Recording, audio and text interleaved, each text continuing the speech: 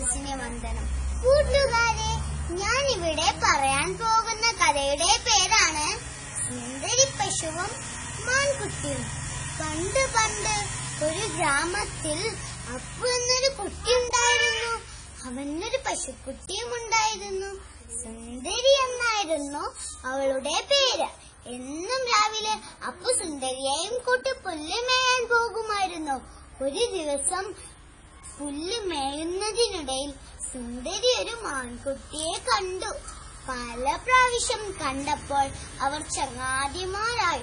ഒരു ദിവസം മാൻകുട്ടി ചോദിച്ചു, സുന്ദരി സുന്ദരി, നീ എന്റെ കൂടെ കാട്ടിലേക്ക് പോരുന്നോ? അവിടെ ധാരാളം പഴങ്ങളും നല്ല നല്ല പൂക്കളും ഭംഗിയുള്ള പുല്ലുകളും എല്ലാം ഉണ്ട്. നിനക്ക് വേണ്ടതൊക്കെ തരാം. പല പ്രാവശ്യം വിളിച്ചപ്പോൾ സുന്ദരി മാൻകുട്ടിയോടൊപ്പം കാട്ടിലേക്ക് പോയി.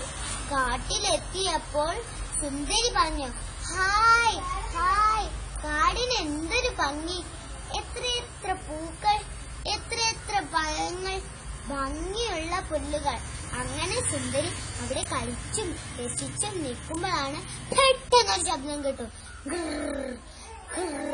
സുന്ദരി പേടിച്ചു പോയി. സുന്ദരി ചോദിച്ചു, മാൻകുട്ടി മാൻകുട്ടി, എന്താണോ ശബ്ദം? മൃഗങ്ങളൊക്കെ പേടിച്ചോടുന്നല്ലോ.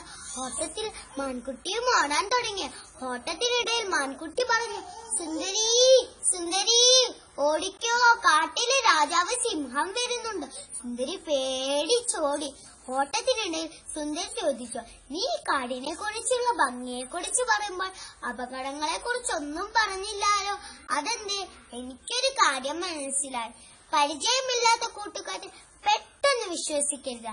ഇതും പറഞ്ഞ് സുന്ദരി വീട്ടിലേക്ക് ഓടിപ്പോയി. പാവം അപ്പു സുന്ദരിയെയും കാത്ത് വീട്ടിൽ പഠിക്കൽ നിൽപ്പുണ്ടായിരുന്നു. സുന്ദരി വന്നപ്പോൾ അപ്പുവിന് സന്തോഷമായി.